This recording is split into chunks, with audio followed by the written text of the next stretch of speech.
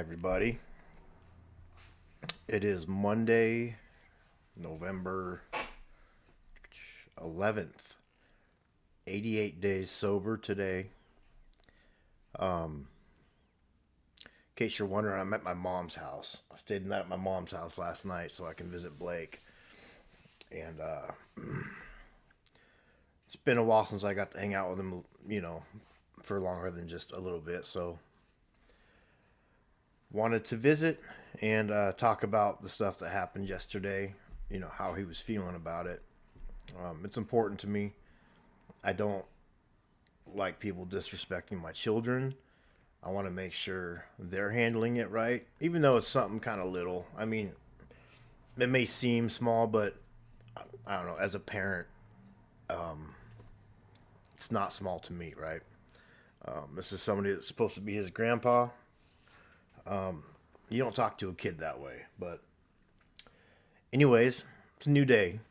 It's a new day. Today, I was going to talk about my first time doing heroin, and my journey with heroin, whatever you want to call it. So, as you all know, I started doing meth at 14, right? My first opiates was in the form of a Vicodin. When I was 16, my uncle and his wife came down and swooped me up from my mom's because they knew I was doing meth and wanted to help me and get me back in school and get me going down the right path. So I moved in with them in a little small town up by Silverdale called Seebeck. And I was trying to quit smoking cigarettes then. And so I was limiting myself to like 3 cigarettes a day. Okay. So after my last one after dinner for the evening, I got a massive migraine. And my uncle's wife had pain pills. So she gave me a Vicodin, right? I took it and I passed out. Went to sleep. Woke up, my headache was gone. I was like, wow, this is great, right? Didn't think about it again, though. Fast forward to when I was 18 years old. Me and my buddy Mike Tobin and Todd, I could say his name because he's changed his name since then anyway, so. We used to run around and we were trying to be big crank dealers and big drug dealers, but it never worked out. But anyway, so we all three ran around together for a couple years. We had a friend of ours that was a woman. Her name was Annie. She died of a heroin overdose many years ago. But she was a heroin addict, and we were tweakers. So we wanted to do heroin. We were curious about it. We wanted to try it. So she cooked us each up a point of heroin, which is $10 worth of heroin, and tied us off and injected it for us. As soon as I let go of that tie on my arm, boom, sweat just instantly pouring down my face. The room was just spinning back and forth. I was incredibly high, but this warm sensation came through my body, and it felt amazing. It felt like God came down from heaven and kissed me on the forehead, right? And just laid me back. I laid back in the bed, sunk into the bed. I was so incredibly high. I thought it was too much. Apparently it wasn't. I'm still here. I remember grabbing a Lucky Charms box that was on the bed and throwing up in it like 3 times. My buddy was in the corner in the chair throwing up into a garbage can. My other buddy was hanging out the window throwing up. She's just laughing. We are all just sick as can be, but feeling incredibly good at the same time. So after about an hour of that, they all decided to get up and go and sell some dope, whatever. I couldn't move. Every time I tried to move, I would throw up. So I just laid there for like 4 hours, high as can be, just body so warm, feeling good, whatever. Okay, and that was that. Didn't think about it again, didn't try it again. I went through my battle after that with pain pills throughout my 20s. I snorted a lot of 30s, like 10 to 12 a day habit. I had my own moving service business for about 8 years that I supported my family with and made enough money to support my habit as well. And I would employ my pill dealers to help me. So, on top of the medications we would find at houses that we would steal, unfortunately, uh, we did that. Because back then they were handing them out like candy. You can find them like anywhere in the kitchen, the master bathroom, the bathroom, anywhere, sitting on the windowsill. They were so common. So, and then a lot of drinking through my 20s and 30s. Became a bad alcoholic. Lost my family over it. Went downhill quick, very quick. And at some point, I had quit the opiates and I was taking Suboxone for about a year and a half. Not prescribed. My mom would send them to me. I moved to Central Washington. She lived in Western Washington and would send them to me in the mail. So, but I was drinking every day, a fifth of whiskey every day, R&R whiskey. Progressively got worse, much worse, to the point I couldn't keep a job. I couldn't keep my house together, my family. We all even had to live in a tent for 9 days in between houses because we got kicked out of one house because I didn't pay rent. Well, me and Stephanie didn't pay rent. We lived in a tent, a big tent for 9 days at an RV park in Cle Elum. The first 5 days, we didn't know where we were going to go. We had no clue where we were going to move to. What did I do? Kept on drinking, taking the kids fishing. Like there's no care in the world. I put everything on my wife to handle everything and didn't do anything except cook dinner. That was it. Barbecue. Um, that was a shitty husband. I didn't do any good for my family at all. I didn't know how to be a husband. I didn't know how to be a father. I kind of got thrown into it. No, that's an excuse. I didn't get thrown into it. She had a daughter. She was 3 when they came into my life. I wasn't ready to be a dad, but I took on that role for her because she didn't have a dad. And you just kind of fell in love with her, as my daughter. Not in a weird, creepy way, just, how it is with kids. You love kids, and you'll do anything for kids and protect them and care for them, And then we got married because she got pregnant. We were going to get married anyway. It wasn't because she got pregnant. But the point is, I thought I was ready to be a husband and a father. I wasn't. So the drinking progressed worse. She ended up cheating on me with a guy from work. Split up our family. I moved out into an apartment. I was still drinking. She was begging me to quit drinking. My kids were begging me to quit drinking. I was getting in trouble with the law. I was fighting people. I was threatening people, my wife included, threatening to kill myself to my kids. I was a fucking mess. I was a mess. So I made the choice to quit drinking. I would get about a day and I couldn't do it. And I'd go and get more whiskey. Right? So I made the choice to quit. I made it 3 days with no alcohol. It was fucking terrible. It was horrible. I couldn't stop shaking. I couldn't stop sweating. Oh my God, it was horrible. So day 3, I reached out to a friend of mine who was a drug addict in town. It's a small town too. So I asked if he had any Valium or Xanax, something to take the edge off. He said, "No, I have heroin." My only experience with heroin was with a needle. So I said, well, no, I don't want to go down that road. I don't have needles. I don't even know how to do it.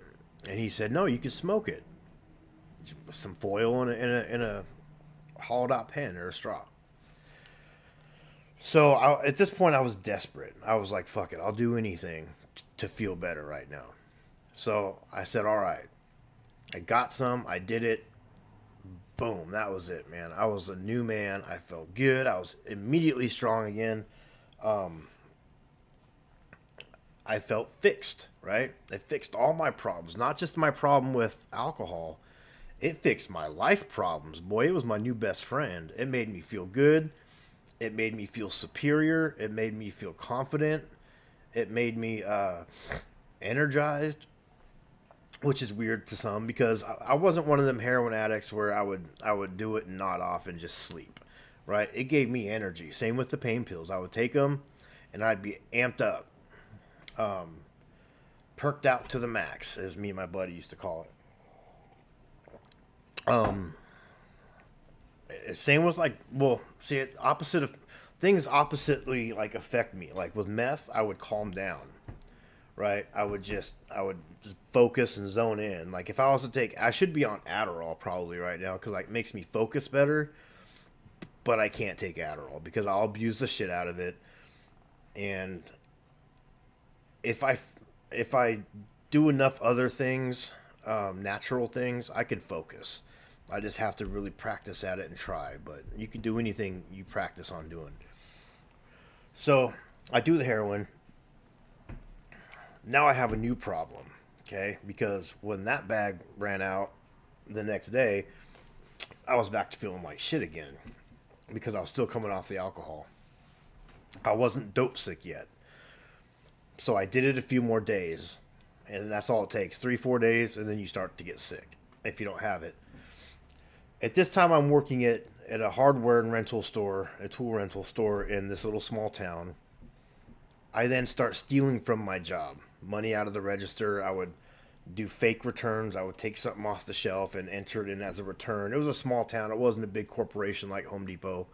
It was small, right? And 40, 60 bucks I would steal a day. For about a month and a half, 2 months, I finally got caught. Okay. They finally caught on to me.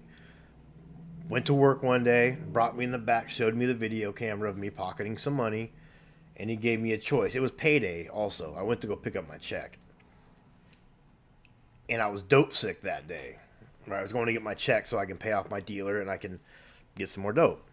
He gave me a choice. He said, I'll give you your check, but then I'm calling the police on you. Or you sign your check over to me and we'll be square. And I actually had to think about it for a minute. It crossed my mind to say, you know what? Let me get the money. I've been on the run before. I'll go on the run again. Fucking catch me if you can, right? For some odd reason, I didn't think I would make it out of the store if I took the check. I believe they were going to not let me leave and call the police. And I believe I had warrants at that time, so didn't want to do that. So I chucked my losses, went to my dealer, on my knees begging, help me out, right? So now I'm a few months into a heroin addiction. I thought, well, I lost my job, wouldn't be able to pay my rent anymore. So I thought, well, I'll move back to the west side, moving with my best friend, Becky. She's got a house out there in Tacoma. She said I can come live with her. I've noticed I was 18, best friend in the whole world, besides my buddy Jonathan. And so I was like, cool, I'll do that. I'll sober up, I'll get clean. So before I do that, though, I robbed my drug dealer. He had a couple grams of heroin. At this point, I'm desperate. I didn't know what to do. I was a pretty big boy then. I worked out still a little bit. Or I was in better shape, put it that way. And, God, I remember, it's horrible. I kicked in his door. He was like, what the fuck are you doing? I said, give me your shit. And I had a fake pistol. Showed him that, just a part of it, and he freaked out a little bit. Stole the rest of his heroin he had that he was dealing. I still remember the look in his face, man. The fear I put into him, and I felt fucking horrible for that. I've talked to him since, over the last 4 or 5 years. We're okay now. We're okay. But that was something new to me. I've never threatened violence like that on somebody if they didn't give me drugs, pretty much. So I took his few grams of heroin he had, and I packed up my van and I went to my friend Becky's house. I thought I'll clean up. Once this heroin's gone, I'm done. So I get back, reach out to an old high school friend reached out to me on Facebook, whom I've known since high school, high school friend. So reach out to her, or she reached out to me. Turns out she does heroin. So now I have a connection out in Tacoma. So we start getting heroin. And then I connect with my cousin Jennifer, who I grew up with, who was a heroin addict. Now I got two connections, so I ain't going to quit doing heroin. But now I have a finance problem. I have a habit to support and no job. I'm new over here again. So I start driving this girl to Home Depots and Lowe's, and we'd hit 4 or 5 a day, make about $400 or $500 a night, and it would all be gone. We'd each buy our bag of heroin, pack of cigarettes, some food, and that was it. Next day, we're struggling to get gas money to go around. That's how stupid of junkies we were. It was a horrible way to live. We did that for a good 2 months, 3 months, and it worked for a while until it didn't. And then I get locked up and go to jail.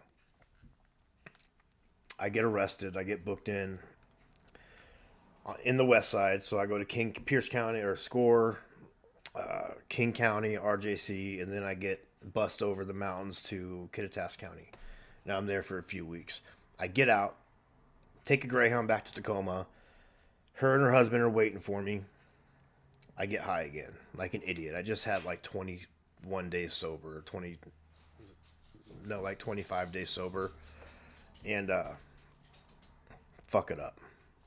At this point, I got nowhere to live because while I was in jail, my friend Becky met a man and she moved in with him. So I had nowhere to go. I had my van. That's when I started living in my van at various Walmarts, public parks, church parking lots, wherever I could sleep and get food and water and use the bathroom to clean up. I would shower at YMCA's, or my mom once in a while would let me come and take a bath or a shower, and she'd let me sleep on the couch for a night. Or it'd usually be about 2 days. I would just sleep and crash and sleep. So my van is on the verge of breaking down. I'm struggling at this point. I got no more hustle. I'm scrimping and scrounging to get money for heroin. Doing whatever it takes. Everything aside from like sexual favors. I didn't do any of that. It never got to that point, thank God. So my van breaks down on a Friday in a dentist parking lot. It's closed for the weekend, but my van won't start. I don't know what the fuck the problem is. It's now Sunday. I know the place is going to open up Monday. It's a small, like, house turned into a dentist office type thing. So once they show up to see my shitty tweaker van, I got to go. I don't know what to do.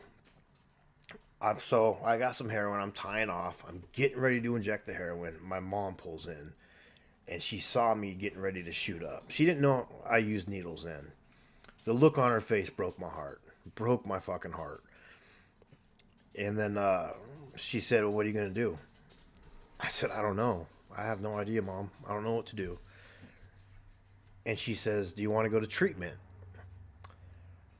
And I said, yeah, I do. I want to. Like, I accepted death at this point. I didn't care. I didn't have a relationship with my kids for that year. Their mom was taking care of them. I wasn't a part of it. I missed out. I was so depressed. Sleeping on my van. You know how embarrassing that is? To wake up in a Walmart parking lot and people are walking by your car because they parked next to you and they're looking in and seeing a man sleeping there in a tiny little row between boxes and bullshit I got back in there. It was just a horrible way to live, man. I remember there was nights in Tacoma when it was like the Walking Dead down there in downtown Tacoma. I'm hearing crazies walking by, screaming at themselves, breaking shit, fights going on, and I'm in there just scared. Like that scared little boy in the closet when my mom and that man used to beat her. It was horrible. It's funny too, because days prior to me agreeing to go to treatment, I remember that was my first time I prayed when I wasn't in jail to God, and I asked him. I said, "Look, man, I just need a little bit of rope. Give me something to grab onto. I don't know what to do. Please help me. I'll do whatever it takes." So my mom takes me in, but she says, "You're not leaving unless you're with somebody I trust, and nobody comes over." So I move in with her. They get my van towed to the house, do my assessment, and I get approved for treatment. But I have a few days till my bed date. So I start going through it. The withdrawals, bad. Didn't go to detox. Went to treatment. Still withdrawing a little bit, but every day it got better. I'd still wake up in a pool of sweat at treatment. But there was hope, man. My mind was clearing up. It was clearing up a lot. That was my first time going to treatment, okay? Man, I was Captain Recovery when I got out of there. I was going to kill it. I was going to save the world. I was going to do this. I was going to do that. I was going to do everything except the suggestions that were suggested to me from the people that have been sober longer than me, right? I still wanted to manipulate the program to fit my needs because I didn't think I needed it. I thought I was special. I thought I was different. I thought I got a little sobriety in me now, so I don't have to do everything you guys did to stay sober. That's you guys, right? I'm stronger. If I was so strong, how the fuck did I wind up here, right? But, I have this thing where I know everything, right? Still. And so that jeopardized my sobriety right from the get-go. The fact that I would loiter at AA meetings, drink up the coffee, socialize, go to the barbecues, go to the events, go on the motorcycle rides. Because I got out of treatment and bought a motorcycle.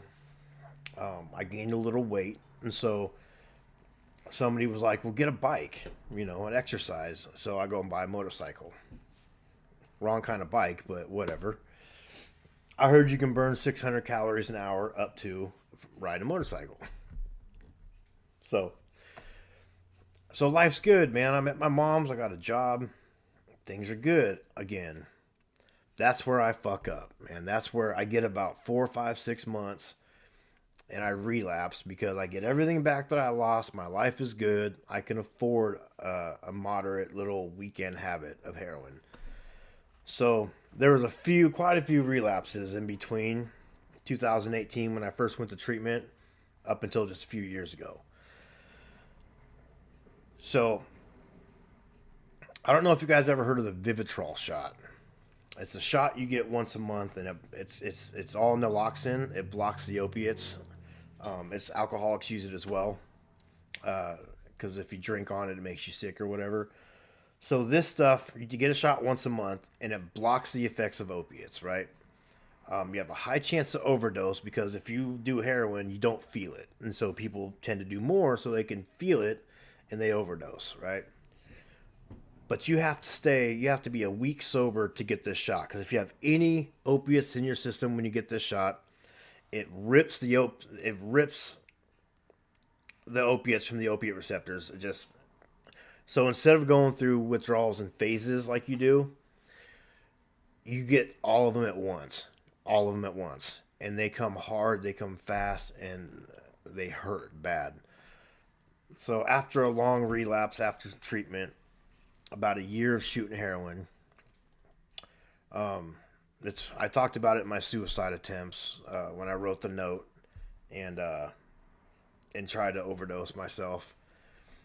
So when I woke up and that didn't work, I knew I had to get the Vivitrol shot. My mom gave me a choice. She said, "You're getting the shot or you're getting out." And I don't want to be homeless again. But I couldn't get that week sober in order to get the shot. So I went in there with fake piss. And I was like, I'm going to get the shot regardless. It might suck. I might kick the sheets a little bit and be uncomfortable. But I have to do it. So I go in there. I get the shot. My grandmother's taking me home. I knew I couldn't drive because it was going to be bad. Within about 20 minutes, once it started going through my body, all over the place. I was sweating, I was hot, everything was bad. My body was going in convulsions and contorting in all sorts of ways I didn't think it could. Muscle spasms, my stomach, I'm shitting myself. Um, I get back home, I run back in my room, and I jump in the bed. I'm sweating. I'm throwing up. My mom and my cousin are bringing in. There's a 5-gallon bucket on one side of my bed, another one on the other side of the bed. They're trying to feed me juices. Every drink I take, it just comes right up with more. I'm projectile vomiting on the walls, on the floor. It was like The Exorcist, man. It was bad. And my mom's like, what the fuck? And that went on for about 2 days, right? Shitting myself, puking. I'm laying there, puke's going up, back on me. These poor women are having to clean me up and cater to me. I couldn't move. I was twisting up in all sorts of ways. My back felt like it was going to break. It was weird. And it was fucking the worst thing I've ever experienced in my life. The second day, my mom comes in the room and she's like, dude, you're dying, like right in front of me. I need to take you to the hospital. And I went to the hospital. Now the nurses are freaking out because I'm in the stretcher and I'm throwing up all over everything and everybody. And I was so thirsty. I was so thirsty. I remember telling the nurse, "Can you please help me? I'm so thirsty." Like you know. So they have to admit me for 5 days because my kidneys were shutting down. I was so dehydrated. It was horrible. And those 5 days in the hospital was the worst, man. It was very, very bad. And I get out and I stay sober for some time. And what do you know? I relapse again. It took a few different attempts, man. I tried all these different ways to get sober. It wouldn't work. It was all bad. I did get sober for almost a year. And then I did the fentanyl, which I'll talk about in a different video, how I got hooked on the fentanyl and my journey through fentanyl addiction. But, man, heroin and opiates are a hard thing, man. It's a real hard thing, especially for somebody like me, because I don't know what it is about me that makes me feel awkward and insufficient and not worthwhile, I guess, but it's strange, man. But heroin gave me that. Opiates gave me that. I'm not going to sit here and tell you that opiates were all bad and heroin was all bad for me. It wasn't. It did exactly what I paid it to do. It filled that hole that I had that I needed to fill. And I had a lot of good times. I had a lot of great times on the opiates throughout my 20s. Even some of my 30s, man. Because, I mean, never once did I snort some pills or shoot some heroin and then not felt good. It is what it is. That's why it's so addicting. Because I'm addicted to feel good. Anything that makes me feel good, I'm addicted to. Right now, I'm grateful that I'm addicted to sobriety. You know, I love it, man. I love it. I love the fact that my life's getting progressively better. I'm able to handle things that are like normal adult people handle. I got people coming back in my life. I got my best friend for many, many years. We've reconnected, which is great. My mom leaves me alone in her house. She doesn't not trust me anymore, you know. I have people that rely on me today and depend on me, and I have a message to spread to people, you know, before they fucking die, you know, from this shit. I'm able to take my anger and resentments and stuff that pisses me off. I'm able to handle them constructively. I'm able to step back and think about things before I react, because the only thing I have control over is my reaction. That's it. Other than that, I control nothing. Nothing. And I've been in a weird funk the last week because that pink cloud kind of wore off, right? And I almost feel like I don't know what to do next, right? So today's a good day. I got 88 days sober today. Wednesday, in 2 days, I'll have 90 days. I'll be chairing my first meeting at New Arrivals. I don't know if you're in the Tacoma area. It's at 6 o'clock. Come check it out. Be there to support me. That would be cool. It would be great to see some friendly faces. And thank you for the positive feedback. I wasn't sure if I handled that situation yesterday right or wrong. So that was cool. I feel good about it. I prayed about it. I paused and thought about it before I reacted. My mom's so funny. She was like, you know what? That's all great and cool for you, but I'm still a bitch. So I'll be the evil bitch and you could be the good one. So we make a pretty good team like that. My mom can be pretty fucking ruthless if you cross her or anybody she loves, as can I. Now, if this was something different, like this man hurt my son or somebody I cared about, it's a whole different situation. Now, I don't know how I would handle it, but hopefully I'd handle it good and smart, but I'll know when that time comes. But anyway, I hope you enjoyed the video. I thought I'd just talk about this a little bit. If you're out there struggling, I'm with you. Reach out. I'm proud of you, and I love you. And I think you all are so amazing. And thank you for helping me stay sober another day. I appreciate you. And I can't wait to continue this journey with you guys. Your support has been amazing. Unbelievably amazing. And I just love the shit out of you guys. So thank you so much. And if you haven't subscribed yet, subscribe. It would certainly help. If you have free time, go back and watch some of my longer videos so I can get some watch time hours up. Because I'm this close. I'm real close. I'm hoping by the end of November, by mid-December, I'll be on a new path to something better and more impactful. So I love you. Thank you. And I hope you all have a wonderful, wonderful week.